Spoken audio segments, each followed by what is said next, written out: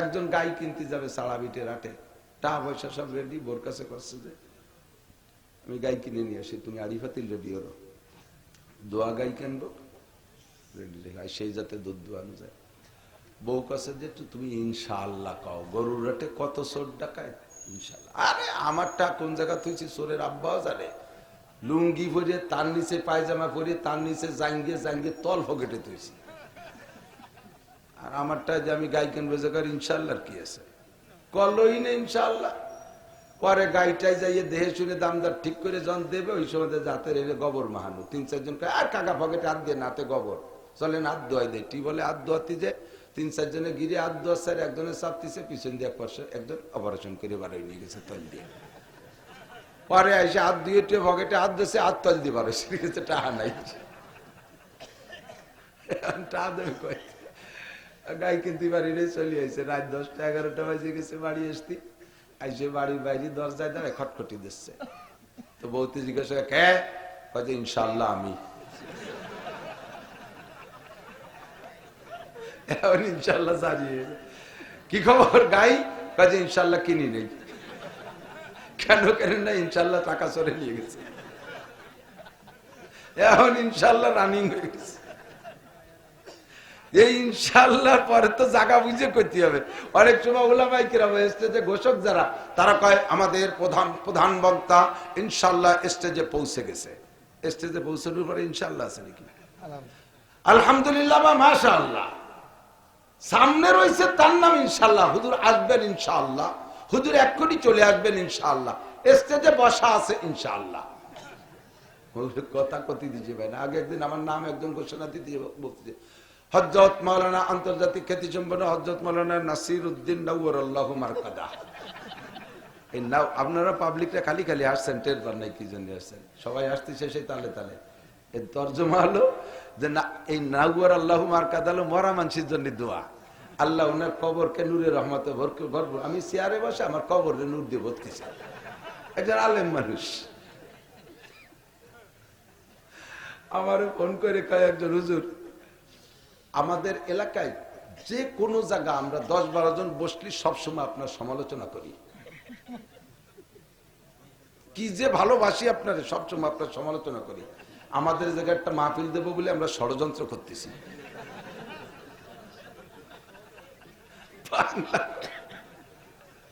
সবসময় মোহাব্বত করি বলে সমালোচনা করতেছি, আপনারা আনবো বলে ষড়যন্ত্র করতেছি। আমি তোকে কাছে পায়ে ধরি, আমার নিচে নিয়ে নেওয়ার আগে সমালোচনা, আর এই নেওয়ার জন্য ষড়যন্ত্র। এ ভুল অনেকেই করে। ঘুমাইছে নাকি? আল্লাহু আকবার। মুসা নবী আলাইহিস সালাতু ওয়াস সালাম মনে আছে, বলে ফেলাইছেন আমি সবচেয়ে বড় আলেম।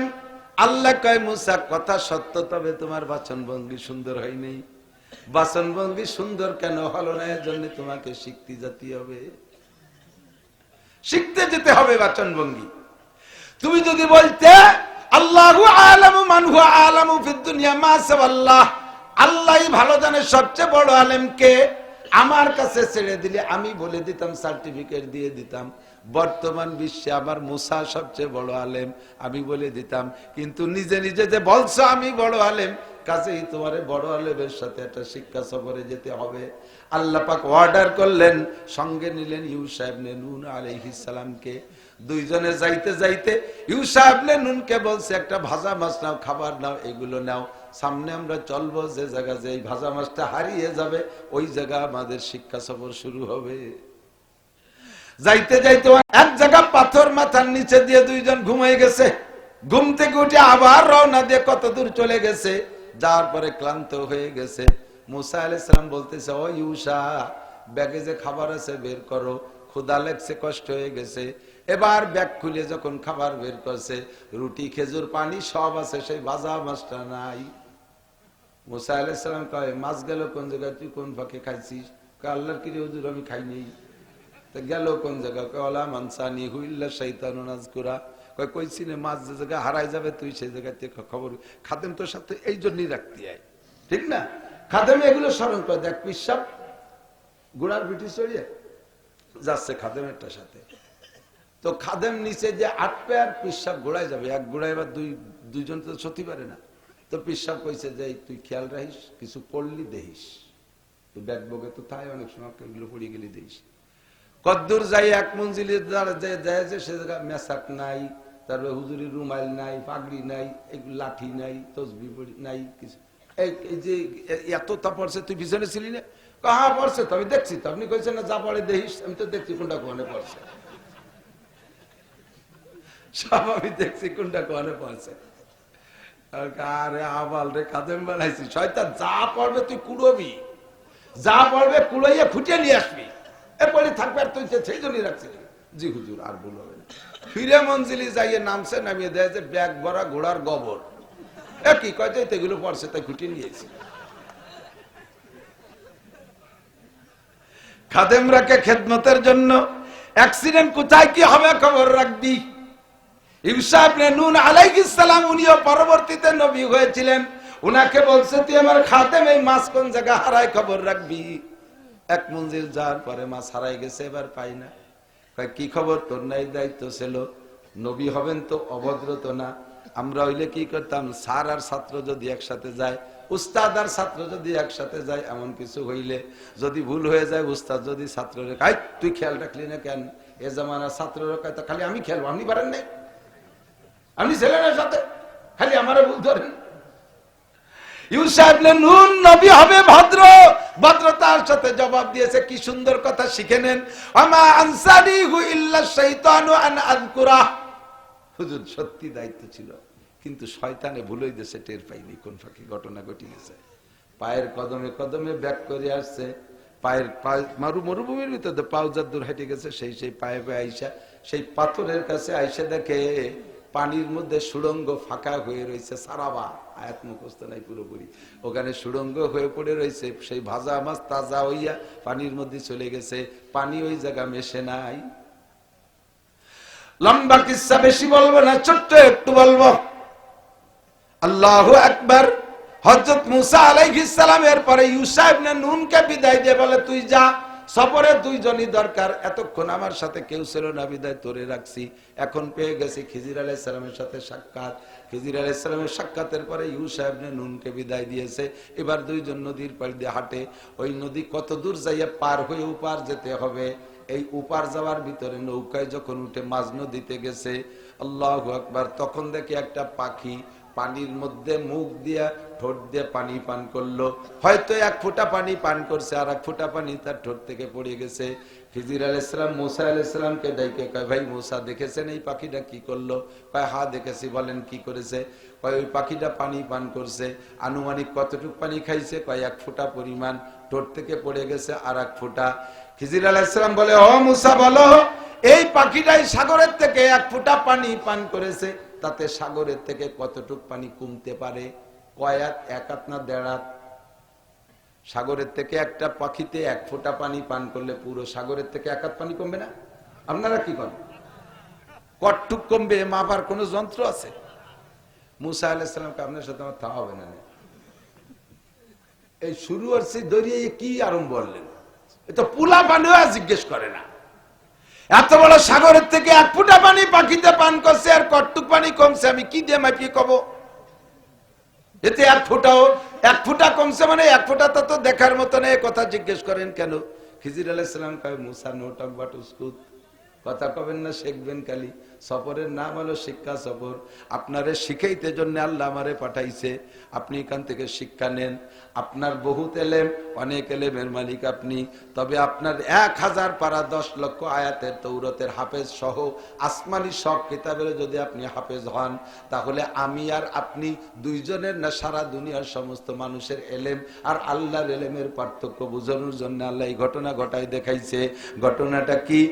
পাখিতে যে ফোঁটা পানি পান করছে অতটুক আপনার এলেম, ঠোঁট থেকে যতটুক পড়ে গেছে অতটুক আমার এলেম, আর গোটা সাগর সমুদ্রের সমস্ত পানি সম পরিমাণ আমার আর আপনার আল্লাহর এলেম।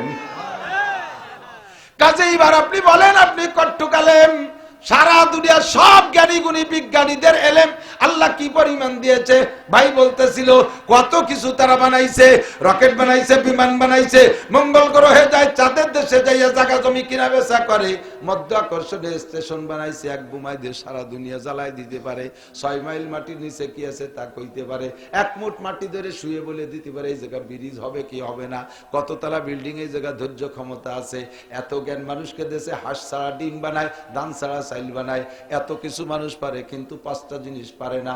আল্লাহু আকবার। আল্লাহ পাক বলেন যত এলেমের মালিক হও না কেন, তোমার এলেম কতটুকু জানো?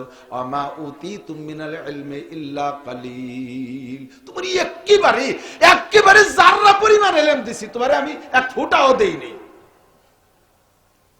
মুসা আলাইহিস সালামের সবর লম্বা, অনেক কিসসা সেদিক যাব না। মুসা আলাইহিস সালাম কয় সুবহানাল্লাহ, আমি আপনার সাথে না আসলে তো আমার এই বুঝতে হইতো না। কয় মুসা, এর নাম শিক্ষা সফর, এই সফরে তুমি যত সামনে যাবা শিখবা, একটু না করলে ভালো লাগতেছে না। আমি কিন্তু ঘন্টা খানিকের মধ্যে সারি চলে যাবো নিয়ত করছিলাম, তা তো আপনাকে বাপ ভালো না, জিম ধরে বসে রয়েছে, একটু নড়াচড়া করেন তাহলে আমি সরি চলে যেতে পারি তাড়াতাড়ি, নড়াচড়া নিয়ত নাই। আল্লাহু আকবার। আমার দিক তাকান। এরপর ওই নৌকার মধ্যে সবাইছে একখান কুরল দরিয়ে নৌকার ফাঁসড়ে বাড়ি দিয়ে তক্তা একটা খুলে ফেলেছে।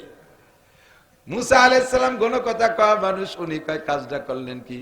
খিয়ায় উঠার সময় 2জন খিয়াওয়ালা আমাদের সাথে কন্ট্যাক্ট করছে, 2 হুজুরের কাছে কিন্তু পয়সা নেব না, পয়সা দিতে পারবেন না।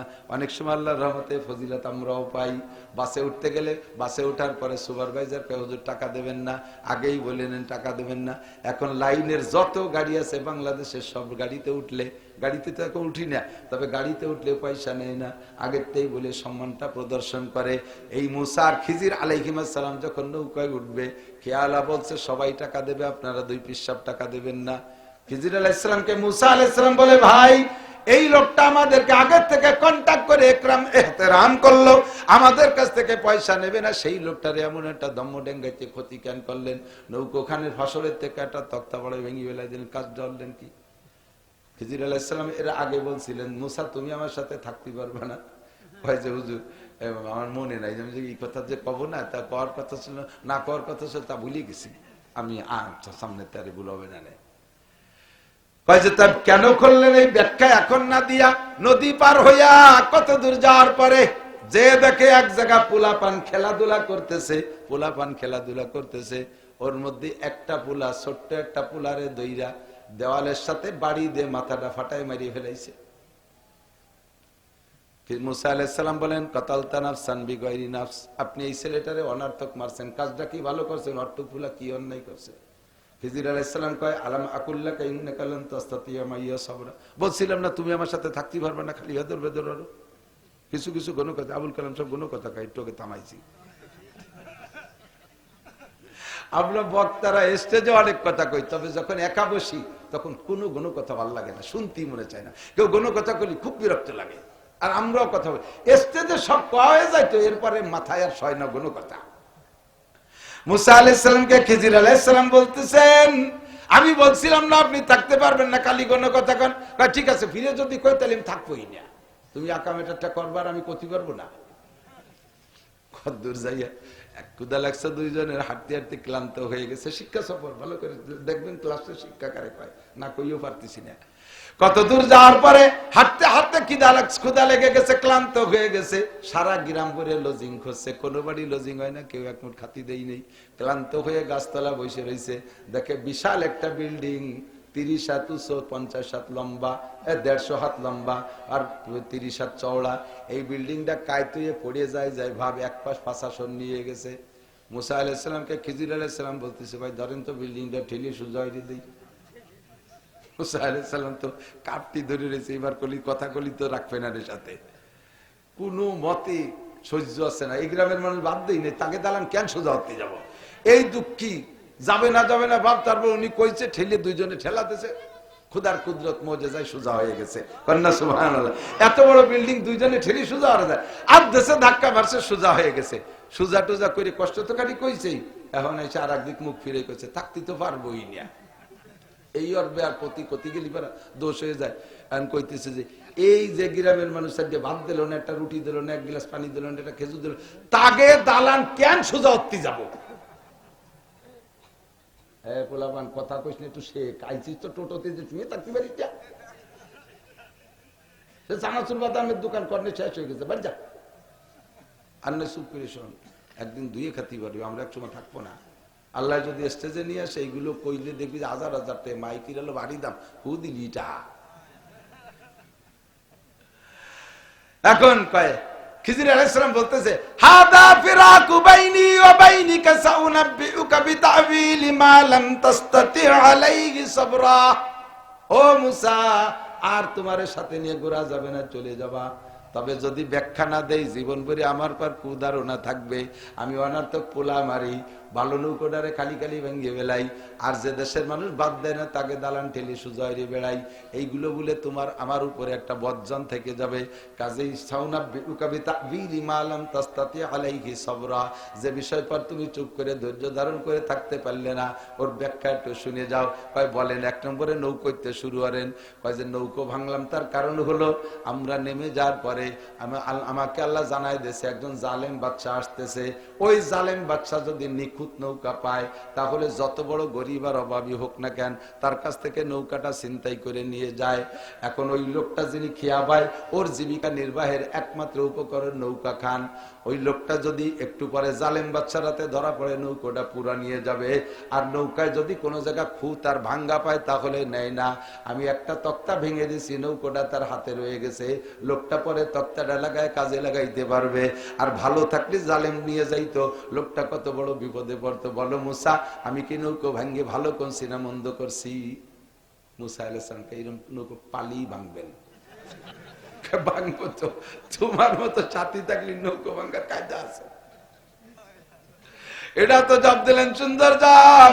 ওই ছোট্ট পোলাটা নাবালেক শিশুরে অনার্থক মারলেন কেন? এর নাম শিক্ষা সফর। কতক্ষণ কেসে শিক্ষা? আরো হেনে যাইয়া নারী পুরুষ নিয়ে বিভিন্ন পার্কে দুইজন বসে বসে শিক্ষা সফর আদায় করে। বসে বসে গাছতলা বসে তসবিহ টেপে সুবহানাল্লাহ সুবহানাল্লাহ আলহামদুলিল্লাহ শুরু হতে মস্ক করে। শুলিয়ে ফেলাই দেওয়ার দরকার বাড়ো ইয়ে। খালি হুজুরকে হাতে ক্ষমতা আসলেন পার্ক খালি করবো আগে, পার্ক খালি করবো আগে। বাংলাদেশের গজবের কারণ সমস্ত এই স্পট গুলো, এই স্পট পিকনিক স্পট এর সমস্ত সমুদ্র সৈকত ভ্রমণ কেন্দ্র পর্যটন কেন্দ্র যে পরিমাণ নোংরামি হয়, যে পরিমাণ নোংরামি হয়, জিনার কারখানা, খোদার গজব সেখান থেকে আসে। আরে ঝড় বৃষ্টি আসলে এদিক তাকান, ঘূর্ণিঝড়, পিরাই, সিডার, সুনামি, নার্গিস, সাইলা, আমপান, বুলবুল, পানি, দানা কানা যত আছে সব উত্তর দিকে না দক্ষিণ দিকে? সাগরের তে আসে না? পানির গতি তো দক্ষিণ দিক, তাহলে ওইগুলো পাক পক খাইয়ে নিচে চলে যাবে। আমাকে দিক উঠে আসে কেন আসে? কেন আসে জানো? ওই সরের নাপাক করে ফেলাইছে, সরের গোসল ফরজ হয়েছে, এই জন্য পানি উঠে দই, এই জন্য পানি উঠে দই। ইনশাআল্লাহ যদি আহলে হক উলামায়ে কিরামের হাতে এদেশের ক্ষমতা আসে, ইনশাআল্লাহ সাগরে আর জলোচ্ছ্বাস হবে না, ইনশাআল্লাহ ঘূর্ণিঝড় হবে না। কারণ ওই জায়গা নাপাকও হবে না, আল্লাহ সাগরের পানি দিয়ে দোয়ানুরও দরকার হবে না।